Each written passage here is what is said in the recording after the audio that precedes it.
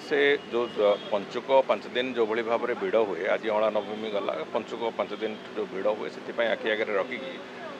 सिंहद्वार पटे समस्ते जीवे एवं बाकी 3 द्वार रे बाहर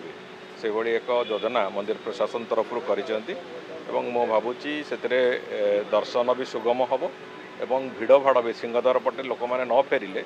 भितर को पशिबार जो भिड़ भाड़ से भिड़े भी निश्चित भाव में सहज व्यवस्था हम एवं चेष्टा करा जाउची जेते श्रृंखलित भाव में मंदिर भितर दर्शन प्रक्रिया ये 5 दिन करहब से जहाँ जहाँ आवश्यकता धाड़ी दर्शन कथा भी आरंभ हम एवं तापर पर गणति गणति भी आरंभ हम जोड़िक कथा आम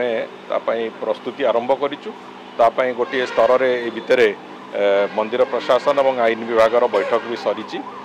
मुख्य प्रशासक उपस्थिति रे तेणुक से बाबद प्रस्तुति आरंभ होती सरीबा कार्तिक मास तुरंत आम से कम को आरंभ करा।